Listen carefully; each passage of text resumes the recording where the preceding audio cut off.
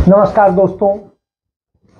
भारत में अमेरिका की राजदूत जो हैं एलिजाबेथ जोन्स, उन्होंने कहा है कि भारत में चुनाव में नफरती भाषणों पर जिस तरह से जोर है और जिस तरीके से नफरत परोसी जा रही है, ये निश्चित रूप से चिंता है। उन्होंने इसको लेकर के कई सारी प्रतिक्रियाएं की। उन्होंने कहा नफरती भाषणों के मुद्दे को भारत के सामने उठाते रहेंगे और लगातार उठाते रहेंगे। सांप्रदायिक बयानबाजी के बारे में उन्होंने कहा हम लंबे समय से इस बारे में चर्चा कर रहे हैं और करते रहेंगे, हम किसी प्रभाव में नहीं रुकेंगे। उन्होंने एनडीटीवी की एक रिपोर्ट जो है उसके मुताबिक उन्होंने कहा कि इस परिणामी संबंध के लाभों में एक यह भी है कि हम विभिन्न प्रकार के मुद्दों पर चर्चा करते रहें और कर सकते हैं, चाहे वो आसान मुद्दे हो या कठिन मुद्दे। जिन मुद्दों पर हम सहमत हैं या असहमत हैं उन पर भी चर्चा करेंगे, क्योंकि हम विश्व शांति की बात करते हैं और भारत के साथ जो भारतीय संस्कृति है, मूल संस्कृति है, जो वसुधैव कुटुंबकम की, उसकी वो बात करती है। तो गुजरात में प्रधानमंत्री नरेंद्र मोदी लगातार अपने प्रचार के दौरान जिस तरीके से नफरती और विवादित भाषण दे रहे हैं उसको लेकर के उन्होंने उठाया है। और जिस तरीके से अमित शाह ने 2002 के दंगों को बार बार याद दिला करके जहां मुसलमानों को डराने की कोशिश की है, वहीं हिंदू मतदाताओं को, तो इस तरीके से उन्होंने जो ध्रुवीकरण करने की कोशिश की है उसको लेकर भी उनका अपना बहुत सारी था। उन्होंने बीजेपी का जो आक्रामक हिंदुत्व का जो एक विकृत चेहरा है उसको लेकर के, तो उन्होंने कहा हिंदुओं का दंगों में कोई योगदान नहीं होता है। स्थिति यह है कि उनका यह मानना है कि जाति और धर्म से नहीं होता है, बल्कि वो आतंक है, वो चाहे जो कोई करे। इसके अलावा असम के मुख्यमंत्री हेमंत बिस्वा शर्मा ने जिस तरीके से जाकर के वहां कहा और एक कम्युनिटी विशेष को उन्होंने केंद्रित किया, वह भी चिंताजनक है और उसको लेकर भी बहुत सारी चीजें सामने आ रही हैं। तो ऐसी स्थिति में आप समझ सकते हैं कि भारत के लिए कितनी चिंता है।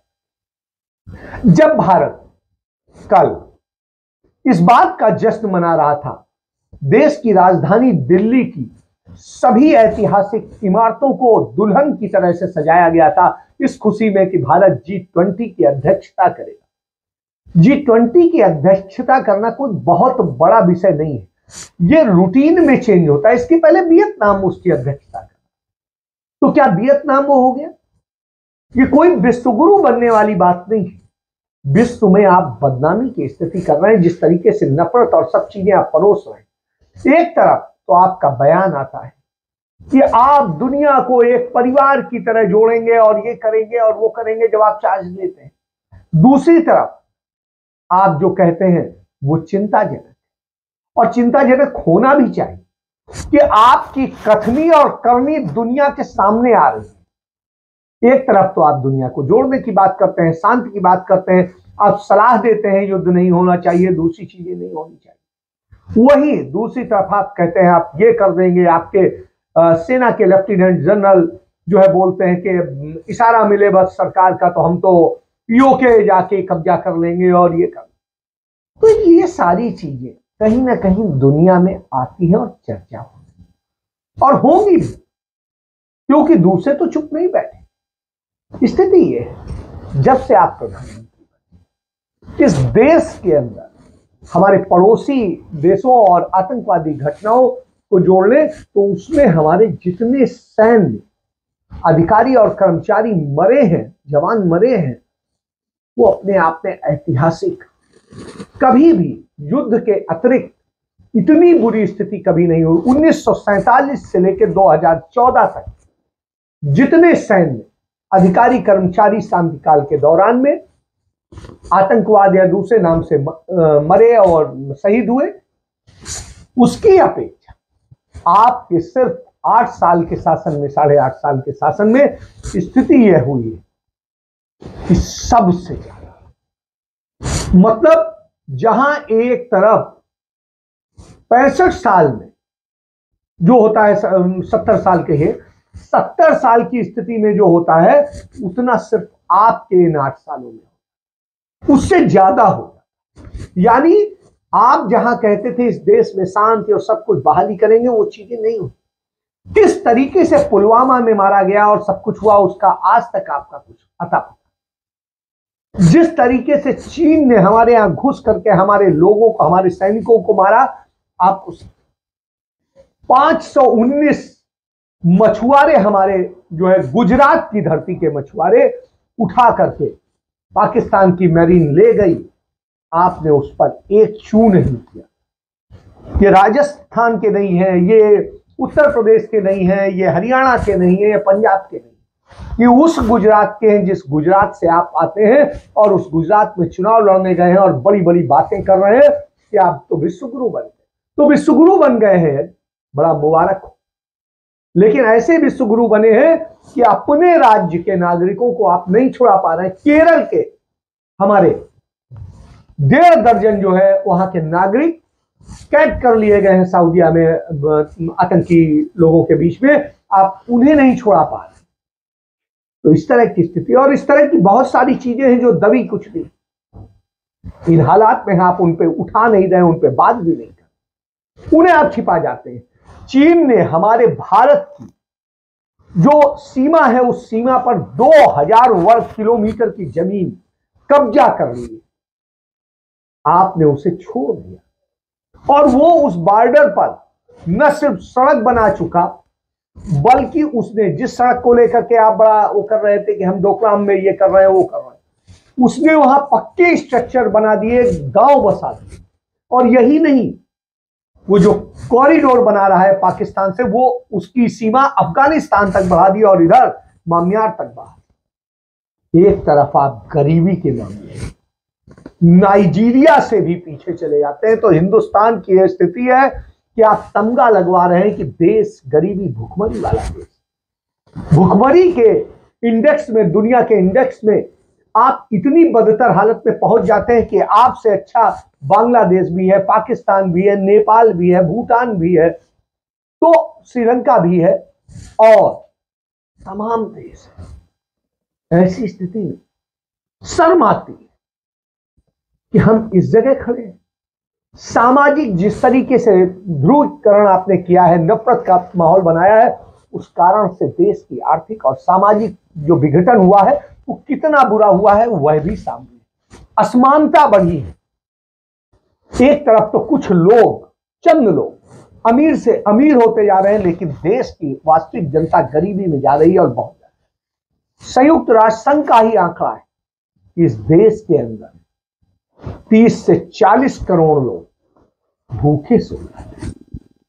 इस दशा में आपने देश को, जहां कुछ लोगों को देश की पूरी संपत्ति दी जा रही है, वहां दूसरी तरफ यह स्थिति। इसके बाद बेरोजगारी लगातार चरम पर है और इतनी बुरी हालत है कि देश में रोजगार देखना मुश्किल हो गया। सरकारी सेक्टर में आपने ठेका प्रथा इतनी प्रबल कर दी है, कुछ कहना नहीं। लोगों के हक छीनने का तो शुरुआत अटल जी की सरकार में हो गई थी, जब पेंशन की बात। अभी आपने जो लोगों के पीएफ है और उसके अलावा उनकी ग्रेच्युटी है तो होती है, उसको किस तरीके से रोकने का अधिकार आपने अपने पास करने के लिए जो उसकी धारा 8 है उसमें किस तरह से संशोधन कर लिया, तो क्या और लोगों के जो बेचारे कर्मचारी हैं, अधिकारी हैं, इन सबके पूरे हक मार लेने का आपने कहा। जब इस तरह की स्थिति हो तो निश्चित रूप से, और इसी बीच में बात करेंगे यूनाइटेड नेशन में ही जो है संयुक्त राष्ट्र संघ में भारत की जो प्रतिनिधि है, उन्होंने कहा कोई भी हमें यह ना बताए कि देश को लोकतंत्र पर क्या करना चाहिए। क्यों नहीं बताएगा? तो सुरक्षा परिषद में यह स्थिति हुई है। भारत ने फ्रीडम ऑफ प्रेस और डेमोक्रेसी से जुड़े सवाल पर यह बात कही कि किसी को बताने की जरूरत नहीं है। क्यों? क्योंकि दुनिया में डेमोक्रेसी के मामले में भारत बहुत पिछड़ गया है, बुरी स्थिति में आ गया है, और प्रेस के फ्रीडम के मामले में भी यही स्थिति। जो हमारी स्थायी प्रतिनिधि है रुचिरा कंबोज, उन्होंने इन सब चीजों को लेकर कि जरूरत नहीं है। क्यों नहीं जरूरत? लोकतांत्रिक देश है। उन्होंने कहा कि हम 2500 साल पुराने हैं और हमारी जड़ें हैं, तो साहब लोकतंत्र के चारों स्तंभ विधायिका हो, कार्यपालिका हो, न्यायपालिका हो, प्रेस हो, आज वो कहती है भारत जो है दुनिया का सबसे बड़ा लोकतंत्र देश है, लोकतांत्रिक देश है। किसने? पंडित नेहरू और गांधी का बनाया हुआ देश है, पटेल का बनाया हुआ देश है, मौलाना अबुल कलाम आजाद का बनाया हुआ देश, जो है डॉक्टर अंबेडकर का बनाया हुआ देश। इन सब की सोच थी जिससे ये बन के खड़ा। आपने तो उसकी छवि खराब कर दी, उसको, उसका जो लोकतंत्र का मूल था उसे खत्म करने का काम किया है। तो यह स्थिति। तो 15 सदस्यीय उस दल में कंबोज ने जो बात कही वो बड़ी चिंताजनक है। 5 साल इलेक्शन होते हैं यहां, तो इस आधार पर तो आप नहीं लोकतंत्र हो सकते। लोकतंत्र के बाद में लोकतांत्रिक विचारों को कहां जगह मिल रही, लोकतंत्र को कैसे खत्म किया जा रहा है, कैसे न्यायपालिका को खत्म किया जा रहा है, उसकी रीढ़ तोड़ी जा रही, कैसे मीडिया को जो है रेडियो रवांडा बना दिया गया है, तो उसको वो सामने दिखाई दे रहा है। उसके बाद में क्या स्थिति, विधायिका का कोई मतलब नहीं रह गया, कब क्या बनाना है और कुछ करना है, कोई चर्चाएं नहीं, समितियां सब बेकार है, उस तरह की स्थिति करती है। तो आज तो सब कुछ आप, और जब सब कुछ आप है तो सवाल भी आपसे ही हो।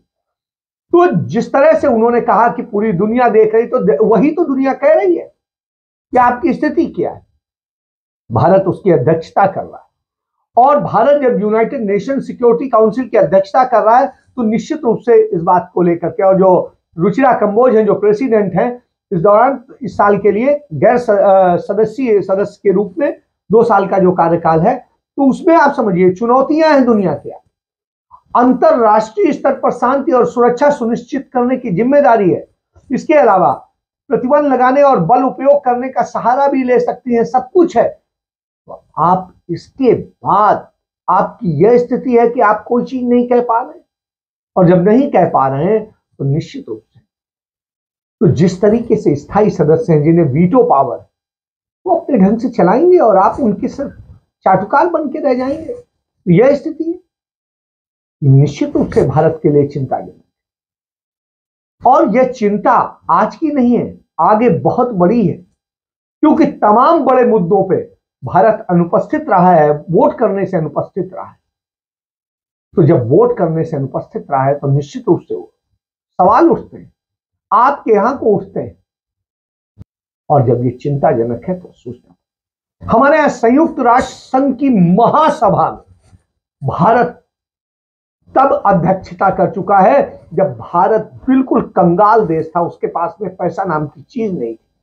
1953 में संयुक्त राष्ट्र संघ की जो महासभा है उसकी पहली महिला अध्यक्ष जो थी विजय लक्ष्मी पंडित थी, जिनकी फोटो को पंडित जवाहरलाल नेहरू के साथ लिपटे हुए दिखा करके उन्हें बदनाम किया जाता है, उनका चरित्र हनन किया जाता है। और वो पंडित नेहरू की सगी बहन थी, पंडित विजय लक्ष्मी पंडित। तो विजय लक्ष्मी पंडित के उसको जिस तरीके से प्रस्तुत किया जाता था, लेकिन समझिए आप, वो 53 साल की महिला पूरी दुनिया की संयुक्त राष्ट्र संघ की उस समय अध्यक्ष थी, पहली महिला अध्यक्ष थी जब दुनिया में भारत की स्थिति। और तब कोई इस तरीके से जगमगाया नहीं गया था, इस तरीके से जश्न नहीं मनाया गया था, क्योंकि जश्न मनाने का विषय नहीं है, ठीक है। तो ये एक बड़ी चीज थी जो पंडित नेहरू की काबिलियत के कारण, उनकी अपनी कूटनीति।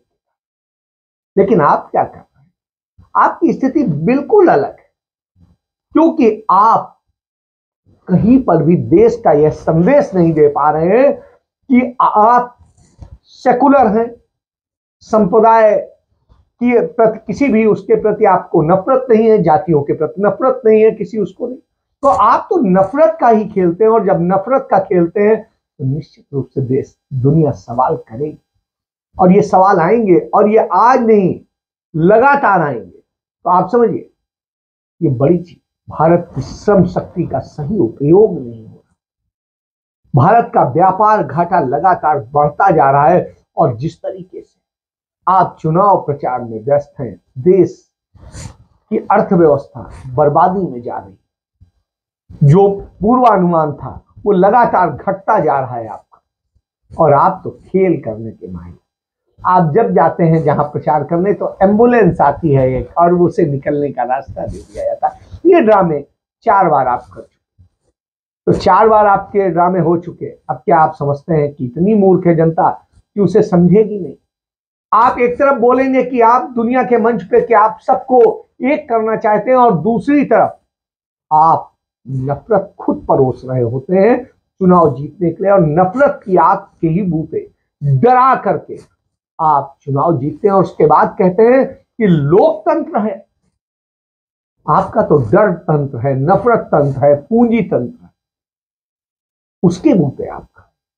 आप कहीं प्रेम के बूते नहीं खड़े, आप कहीं लोगों के एक जो होता है पारिवारिक दृष्टिकोण वाला उसके बूते नहीं खड़े। यह देश परिवार की तरह होता, प्रधानमंत्री परिवार की तरह व्यवहार करता। पंडित नेहरू को पढ़िए, यदि आपको नहीं पता है कम से कम थोड़ा सा ज्ञान आपको भी आ जाए, लेकिन पढ़ने लिखने से तो शायद नाता नहीं रहा। यही वजह है आपने शिक्षा बर्बाद कर दी, उच्च शिक्षा को बर्बाद किया। आपने जो चिंतन मनन चर्चा का दौर होता था उच्च स्तर पे, उच्च शिक्षा पे, वो खत्म कर दिया है। आप तो जातिवादी सोच, धार्मिक जो है नफरत की सोच और दूसरी चीजें रखते, और जब ये रखते हैं दूसरों पर हमला बोलते हो, दूसरों के लिए आप शब्द कहते हो। आप रेणुका चौधरी देखिए, उनको आपने सूप नखा कह दिया, खुद को आपको सीधे कुछ नहीं कहा गया, ये कहा गया उसकी तरह आपके सिर में, उसको लेके आप जाने किस तरह से भुना रहे हैं। उसके बाद आपकी स्थिति, आपने कांग्रेस पार्टी की अध्यक्ष सोनिया गांधी के लिए कांग्रेस की विधवा शब्द इस्तेमाल किया। आपने ही शशि थरूर की पत्नी को लेकर के क्या कहा कि 50 करोड़ की गर्लफ्रेंड, ये शब्द आप ही ने कहे, आप ही ने दीदी ओ दीदी और करके जो फुकरों वाला जो है गली के गुन्नों वाले जो शब्द हैं वो आपने इस्तेमाल किए। आपके लिए तो इस तरह से नहीं इस्तेमाल, आपने तो नफरत के बूते लाशों की राजनीति, तो लाशों की राजनीति करने के बाद आप दुनिया को पाठ पढ़ाएंगे तो निश्चित रूप से दुनिया आपसे सवाल करेगी, और इसीलिए सवाल हो रहा है। सोचिए आप देश को कहां कहां बेइज्जत करेंगे, क्योंकि इज्जत तो ना आपने रखी उस पद की, ना ही और गरिमा रखी, और दुनिया में भी आप थू थू करा रहे। सोचिए, कम से कम देश को तो इज्जत से रखें। इसके साथ मैं अपनी बात समाप्त करता हूं। जय हिंद, जय भारत, वंदे मातरम।